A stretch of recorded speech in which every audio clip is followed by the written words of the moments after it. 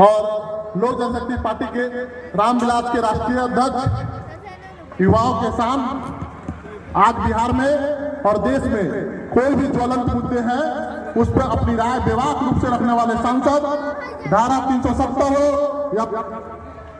या स्वर्णों का आरक्षण हो या देश में किसानों की समस्याएं हो, सरकार में रहते हुए भी सरकार को आईना दिखाने वाले हमारे युवा तुर के आदरणीय चिराग पासवान जी का मैं अपनी गंगा मां की इस धरती पे आप सबों के तरफ से हार्दिक स्वागत और हार्दिक अभिनंदन करता हूं। और तमाम वरीय लोग मंच पे हैं, समय कम है, उन सभी लोगों से क्षमा मांगते हुए मैं अपनी बात 2 शब्दों में खत्म करूंगा। गंगा प्रसाद चौरसिया जी, जब हमारी मां 2000 में जदयू के जनता दल यूनाइटेड के टिकट पर रामविलास पासवान जी के द्वारा वो टिकट दिया गया था, तो उस समय के राम और गंगा प्रसाद चौरसिया जी ने लड़ने के लिए जो आर्थिक मदद की थी, तो पिछली बार जब हम चुनाव लड़ रहे थे तो गंगा प्रसाद चौरसिया जी का जब राज्यपाल बने तो टीवी पे मेरी मां देख रही थी और उन्होंने कहा कि उस समय कोई हाथ हमारे लिए खड़ा हुआ था तो टिकट के लिए आदरणीय रामविलास पासवान का और आर्थिक सहयोग के लिए गंगा प्रसाद चौरसिया जी का। तो सोचिए कि मैं जब रात में पता चला कि एक कार्यक्रम होने वाला है और गंगा प्रसाद चौरसिया जी और चिराग जी एक साथ एक मंच पे आने वाले हैं, तो मुझे रात भर नींद नहीं आई। मुझे वो लगा कि एक संजोग है कि एक भगवान राम ने जिस प्रकार महाराणा प्रताप को अपना दर्शन दिया था जंगल में और कहा था, हे महाराणा प्रताप तुम लड़ो, जब तक लड़ो जब तक अंतिम सांस है। हिंदुस्तान के सत्ता पे अकबर सत्तासीन था, जैसे रावण लंका का राजा था वैसे ही अकबर हिंदुस्तान के गली गली में उसका राज चलता था।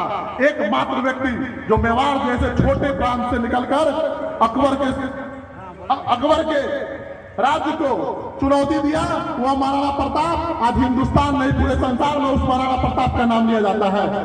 तो साथियों, संघर्ष करने वालों का नाम आदिकाल तक लिया जाएगा। जिन्होंने संघर्ष हमारे लिए किया है, जिन्होंने संघर्ष इस देश के लिए किया है, उनको नाम भूला नहीं जा सकता।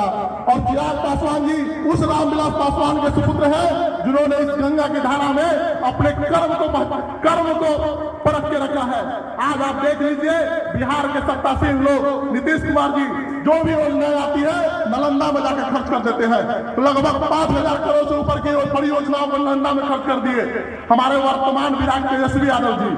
कल गोपालगंज में 600 करोड़ की योजनाओं का शिलान्यास किए हैं, पर राघोपुर उनको दिखाई नहीं देता है।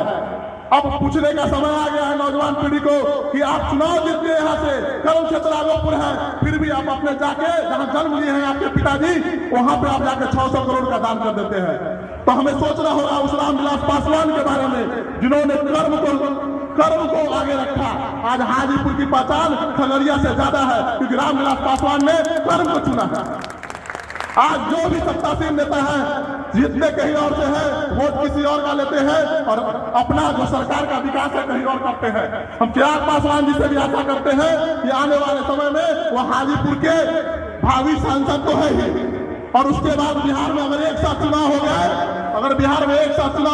तो चिराग पासवान जी को सांसद चुनाव लड़ने की जरूरत नहीं है। बिहार की जनता अब उनको मुख्यमंत्री के रूप में देख रही है। आप सभी साथियों से आग्रह करते हैं, कौन कौन चिराग पासवान जी को मुख्यमंत्री देखना चाहता है? कौन? बहुत हाथ बचे हुए हैं, बाकी सब लोग हाथ उठना चाहिए।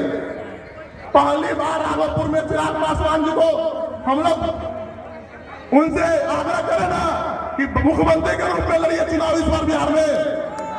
हंस के बोलिए और आवाज से बोलिए, ये गंगा की धरती है, आवाज वहां तक जाएगी। और तेज से बोलिए, चिराग पासवान जिंदाबाद, चिराग पासवान जिंदाबाद।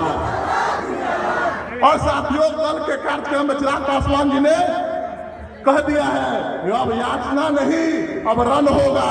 याचना नहीं, आवाज से बोलिए, याचना नहीं, याचना नहीं। जय महाराणा प्रताप, जय राघोपुर।